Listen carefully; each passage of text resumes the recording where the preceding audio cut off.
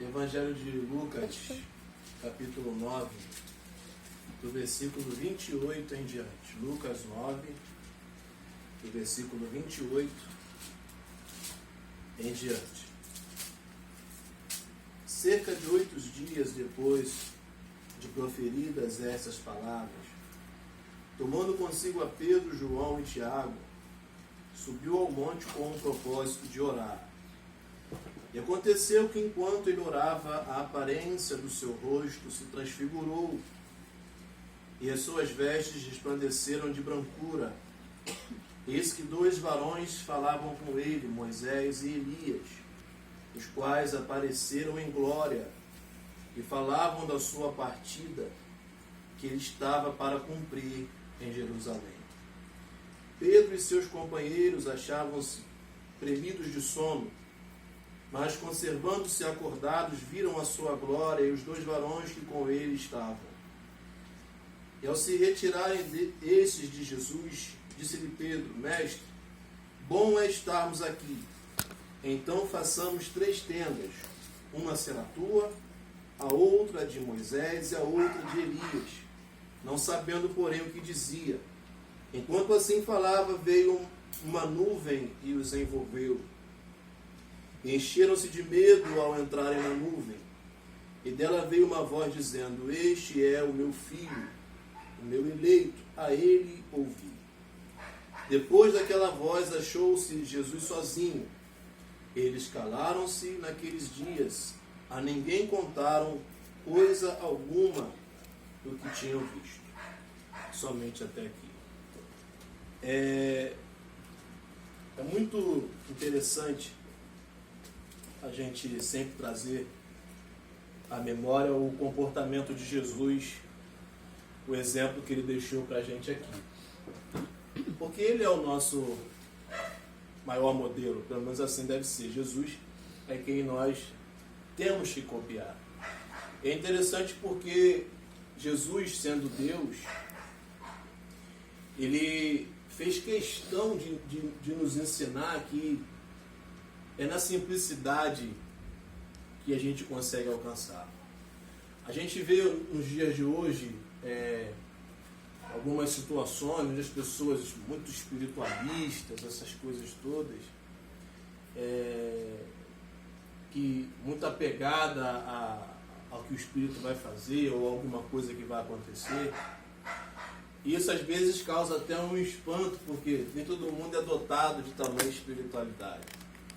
Nem todo mundo vai profetizar, nem todo mundo vai ter uma revelação, nem todo mundo vai ter um mover do Espírito, e acaba trazendo para nós uma ideia de que essas coisas são para pessoas separadas. Mas quando a gente olha o comportamento de Jesus, a gente não vê nem sombra disso. Imagina, ele é Deus, habitou aqui, ele é Deus. A interligação dele com o Pai, analisando esse quadro, deveria ser algo direto, todo o tempo, como se fosse Deus ali. Jesus faz isso, faz aquilo e aquilo outro. Mas a gente vê na prática que a realidade ela não era essa. Que Jesus, ele usava o meio, o único e simples e eficaz da oração. E isso nós precisamos jogar para dentro dos nossos corações, porque é isso que vai trazer verdadeiramente para dentro do nosso ser o que ele veio morrer para nos entregar.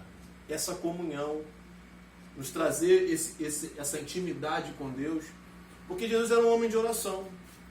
E, poxa, mas ele não é Deus, por que ele tinha que ir lá? É o único meio aqui nessa terra de nos interligar às coisas do alto, é a oração.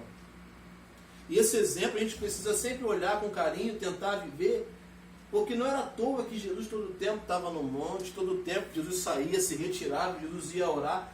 Jesus mostrou uma intimidade com o Pai enorme na oração, nos deixando esse legado. E aqui a gente vai ver num momento como esse, que ele separa ali Pedro, Tiago e João, e ele vai para o monte com o propósito de orar. Separou 3 para ir orar. E ele foi. E chegando no monte, ali naquele momento de oração, como o texto aqui em Lucas faz questão de frisar, No momento que Jesus orava, transfigurou-se o seu semblante, a sua roupa ficou uma brancura. Diz o outro evangelho que nenhum lavandeiro no mundo ia conseguir branquear. No momento que ele estava orando, a gente, poxa, calma aí. Isso tem que chamar a nossa atenção. A oração, ela tem um poder, ela tem uma eficácia muito grande. E nesse momento que nós estamos atravessando de ter que refrear muitas vezes a nossa vida, é algo que nós precisamos pensar. Porque na quarentena, a gente, pela misericórdia de Deus, aumentamos o tempo em família, aumentamos o tempo que a gente tem para fazer em casa, aumentamos o nosso tempo parado, o nosso tempo, toda vez conectado com muita coisa, mas nós temos que pensar o seguinte: nesse tempo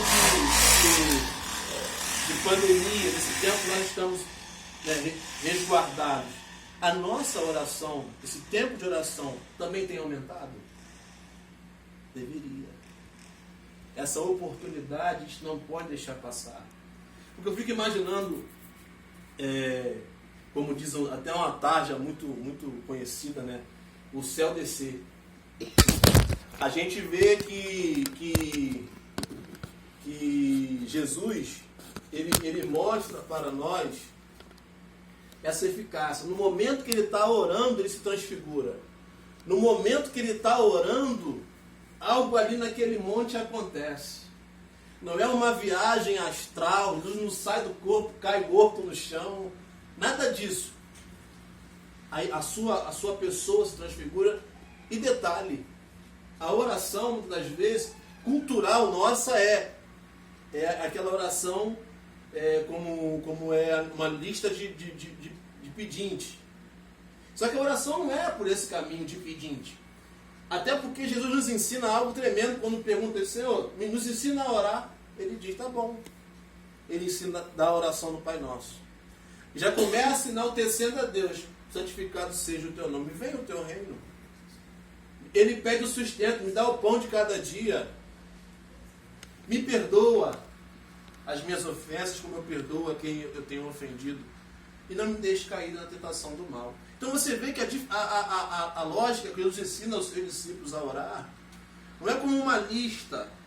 E às vezes é interessante que as pessoas desabafam no Facebook, as pessoas desabafam numa rede social, isso vira um diário, mas não consegue chegar a Deus e rasgar o seu coração.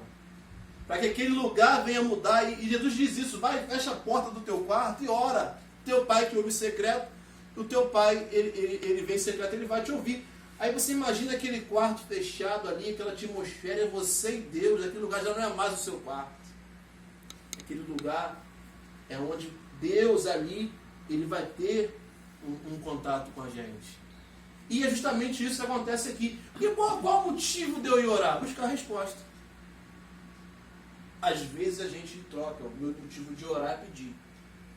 Mas o motivo de orar é de suplicar, de colocar diante de Deus também a nossa demanda.